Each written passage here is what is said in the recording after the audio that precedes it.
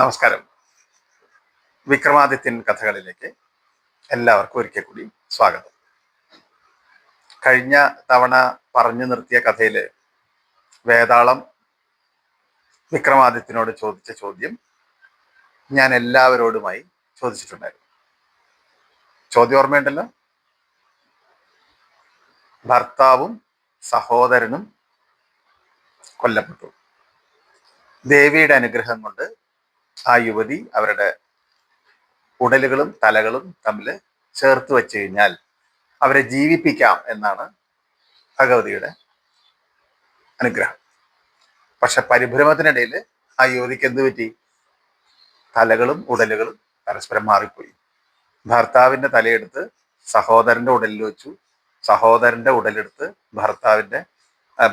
സഹോദരന്റെ തലയെടുത്ത് ഭർത്താവിന്റെ ശരീരത്തിൽ വെച്ചു.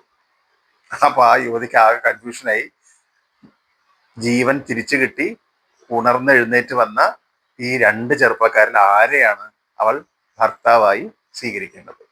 ഇതായിരുന്നു വേതാളത്തിന്റെ ചോദ്യം. ഈ ചോദ്യത്തിനും ഒന്ന് രണ്ടുപേര് ശരി ഉത്തരം അയച്ചു തന്നിട്ടുണ്ട്. ചില ആൾക്കാര് രണ്ടുപേരെയും ഭർത്താവായി സ്വീകരിക്കണ്ട എന്ന് പറഞ്ഞ ആൾക്കാരും ഉണ്ട്. ഏതായാലും വേതാളത്തിനോട് വിക്രമാദിത്യൻ പറഞ്ഞ ഉത്തരം ഇതായിരുന്നു. ശിരസ്സാണ് ഏറ്റവും പ്രധാനം. അതുകൊണ്ട് ഭർത്താവിന്റെ ശിരസ് ആരുടെ ശരീരത്തിൽ ഇരിക്കുന്നോ അയാളെയാണ് ആ യുവതി ഭർത്താവായി സ്വീകരിക്കേണ്ടത്. അരച്ചാൺ വയറിനും ശിരസേ പ്രധാനം എന്ന ഒരു ശ്ലോകമാണ് ഇതിന് ആലംബനമായി വിക്രമാദിത്യൻ സ്വീകരിച്ചത്. എങ്ങനെയുണ്ട് ഉത്തരം? നിങ്ങൾ ഇങ്ങനെയുള്ള കഥകൾ കേൾക്കുമ്പോൾ ഓരോരോ ആശയങ്ങൾ നമ്മുടെ മനസ്സിൽ ഉരുത്തിരിഞ്ഞു വരും. ശരി, നമുക്കിന്ന് ഇന്നത്തെ കഥയിലേക്ക് കിടക്കാം. വിക്രമാദിത്യന്റെ പിടിയിൽ നിന്ന് രക്ഷപ്പെട്ട വേതാളം മരത്തിൽ പോയി തൂങ്ങിക്കിടന്നു. വീണ്ടും തിരിച്ച് വേതാളത്തിനെ വിക്രമാദിത്യൻ തോളിലേറ്റി യാത്രയായപ്പോൾ സാധാരണ പോലെ അടുത്ത കഥയുമായി വേതാളം സംസാരം തുടങ്ങി. ഇത്തവണ പറഞ്ഞ കഥ വിദ്യാപതി എന്ന ഒരു യുവാവിനെ കുറിച്ചാണ്. ഒരു ധനികനായ വ്യാപാരിയുടെ മകനായിരുന്നു വിദ്യാപതി. പേര് പോലെ തന്നെ സകല വിദ്യകളിലും അയാൾ അറിവ് സമ്പാദിച്ചു. അനിതര സാധാരണമായ കഴിവുകളുള്ള ഒരു വ്യക്തിയായിരുന്നു വിദ്യാപതി. 64 കലകളിലും ശാസ്ത്ര പുരാണങ്ങളിലെല്ലാം അഗാധമായ പാണ്ഡിത്യം ചെറുപ്പത്തിൽ തന്നെ നേടിയ വിദ്യാപതിയുടെ സൽകീർത്തി നാടെങ്ങും പരന്നു. അന്യദേശത്ത് പോലും വിദ്യാപതിക്ക് ആരാധകരുണ്ടായി. അങ്ങനെ ഇരിക്കെ ആന്ധ്രാദേശത്തെ രാജാവ് രൂപവർമ്മൻ ഇയാളുടെ കഴിവുകളൊന്ന് നേരിട്ടറിയണമെന്ന് തീരുമാനിച്ചു. രാജാവിന്റെ ആജ്ഞപ്രകാരം വിദ്യാപതി അദ്ദേഹത്തിന്റെ കൊട്ടാരത്തിലേക്ക് യാത്രയായി.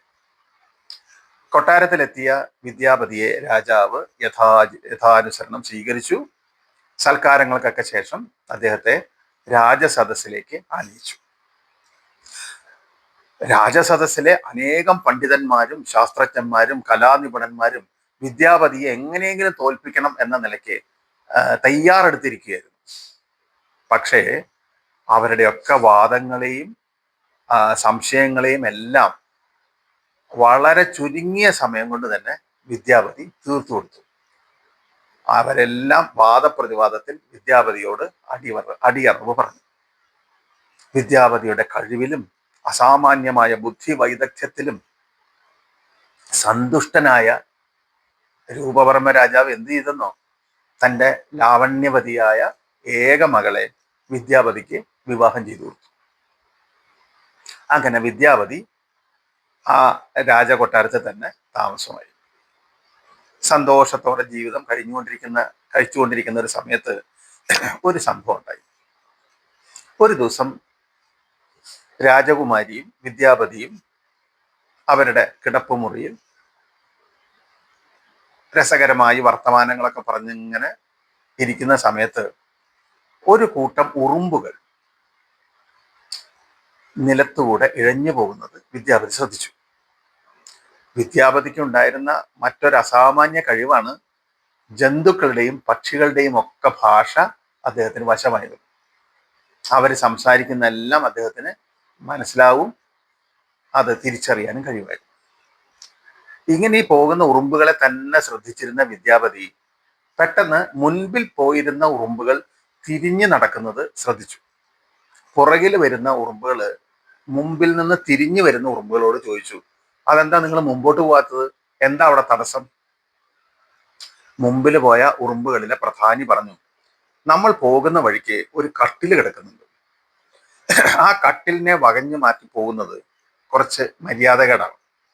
അതുകൊണ്ടാണ് ഞങ്ങൾ തിരിഞ്ഞു നടന്നത്. ഈ സംസാരം കേട്ട അർത്ഥം മനസ്സിലായ വിദ്യാപതി ചിരിച്ചു. അദ്ദേഹത്തിന്റെ ഈ ചിരി ശ്രദ്ധിച്ച ഉറുമ്പുകളുടെ നേതാവ് മനസ്സിലാക്കിയത് അവരെ കളിയാക്കിക്കൊണ്ടാണ് വിദ്യാപതി ചിരിച്ചത് എന്നാണ്. ഉറുമ്പുകളുടെ നേതാവിന് ദേഷ്യം വന്നു. ആ നേതാവ് ഉടനെ തന്നെ ഉറുമ്പുകളോട് ഈ കാര്യം സംസാരിച്ചു. തുടർന്ന് ഉറുമ്പുകൾ കൂട്ടമായി തന്നെ വിദ്യാപതിയെ ശപിച്ചു.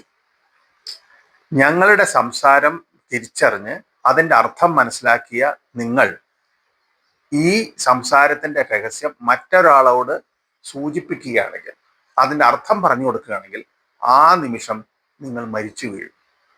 ഇതായിരുന്നു ഉറുമ്പുകളുടെ ശാപം. അത് കേട്ടപ്പോഴും വിദ്യാപതി ചിരിച്ചു. ഇങ്ങനെ 2-3 തവണ ചിരിക്കണ കണ്ടപ്പോ രാജകുമാരിക്ക് സംശയമായി. എന്താണ് കുമാരൻ വെറുതെ ഇരുന്ന് ചിരിക്കുന്നത്? ചിരിക്കണേന്റെ കാര്യം എന്താ? എന്താണ് അതിന്റെ അർത്ഥം? ഞാനും കൂടി അറിയട്ടെ. രാജകുമാരി നിർബന്ധിച്ചു. പക്ഷെ വിദ്യാപതിക്ക് കാര്യം അറിയാലോ.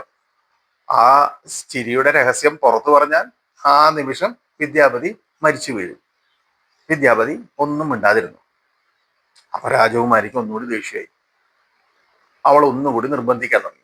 അതെന്താണ് അങ്ങേ ചിരിപ്പിച്ച എത്ര വലിയൊരു തമാശ? എനിക്കും കൂടി കേൾക്കണം, പറഞ്ഞേ തീരൂ. രാജകുമാരി നിർബന്ധം കൂടി വന്നു. അവള് പിണങ്ങാൻ തുടങ്ങി, കരച്ചിലായി. ഇല്ലെങ്കിൽ അങ്ങക്ക് എന്നോട് ഇഷ്ടമില്ല, ഇത് ഈ ചിരിയുടെ രഹസ്യം അറിയാതെ ഇനി നമ്മൾ തമ്മിൽ മിണ്ടൂല്ല എന്നൊക്കെ പറഞ്ഞുകൊണ്ട് രാജകുമാരി വഴക്കിടാൻ തുടങ്ങി. അവസാനം രാജകുമാരിയെ സന്തോഷിപ്പിക്കാൻ സ്വന്തം ജീവൻ പോയാലും വിരോധമില്ല, മരണം സംഭവിച്ചാലും വിരോധമില്ല, കാര്യം എന്താണെന്ന് പറയാം എന്ന് വിദ്യാപതി തീരുമാനിച്ചു. പക്ഷേ വിദ്യാപതി ഇത് പറയാൻ തയ്യാറെടുക്കുമ്പോഴാണ് ചുമരിലിരുന്ന ഒരാണീച്ചയും പെണ്ണീച്ചയും തമ്മിൽ സംസാരിക്കുന്നത് വിദ്യാപതി ശ്രദ്ധിച്ചത്. പെണ്ണീച്ച ആണീച്ചയോട് പറയാണ്, ഞാൻ മനസ്സിൽ ഉദ്ദേശിക്കുന്ന കാര്യം സാധിച്ചു തന്നാൽ മാത്രമേ നമ്മൾ തമ്മിൽ ഇനിയൊരു ബന്ധമുള്ളൂ, ഇല്ലെങ്കിൽ എനിക്ക് നിങ്ങളുടെ കൂടെ കഴിയാൻ വയ്യ. ഇതാണ് പെണ്ണീച്ചയുടെ സംസാരം. ആണീച്ച ചോദിച്ചു, നിനക്ക് എന്താ വേണ്ടത്? എന്താണ് നിന്റെ മനസ്സിൽ ആഗ്രഹം?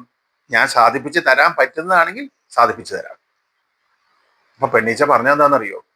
രാജാവിന്റെ കരളിലെ ഒരു തുള്ളി രക്തം എനിക്ക് കുടിക്കാൻ കൊണ്ട് തരണം. ഇത് കേട്ടപ്പോ ആണീച്ചയ്ക്ക് ദേഷ്യം വന്നു. അവൻ ചോദിച്ചു, നീ എന്താ പെണ്ണെ പറയുന്നത്? എന്നെ കൊലയ്ക്ക് കൊടുക്കാനുള്ള പരിപാടിയാണോ? രാജാവിന്റെ കരളിലെ രക്തം എടുക്കാൻ വേണ്ടി അങ്ങ് ചെന്നാ മതി, ഒരൊറ്റ അടിക്ക് എന്നെ കൊന്നുകളയും രാജാവ്, അല്ലെങ്കിൽ പരിചാരകന്മാര്. പിന്നീടല്ലേ കരളിൽ നിന്ന് രക്തം എടുത്തുകൊണ്ട് വരുന്നത്. നീ വേറെ വല്ല നടക്കുന്ന കാര്യം വല്ലതും ഉണ്ടെങ്കിൽ പറ പെണ്ണെ.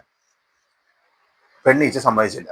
അത് പറ്റില്ല, എനിക്ക് രാജാവിന്റെ രക്തം തന്നെ കുടിക്കണം, അതിന് നിങ്ങൾ തന്നെ വഴി കണ്ടെത്തണം, ഇല്ലെങ്കിൽ നമ്മൾ തമ്മിൽ ഇനി യാതൊരു ബന്ധവും വേണ്ട, നിങ്ങൾ ഇനി എൻ്റെ അടുത്തേക്ക് വരികയും വേണ്ട.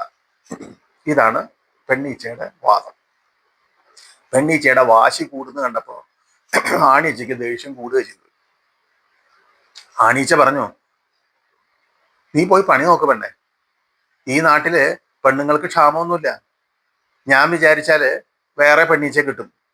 എൻ്റെ കൂടെ എൻ്റെ ഇഷ്ടത്തിനനുസരിച്ച് ജീവിക്കാൻ പറ്റുന്ന പെണ്ണാണെങ്കിൽ മാത്രം എൻ്റെ കൂടെ നിന്നാൽ മതി.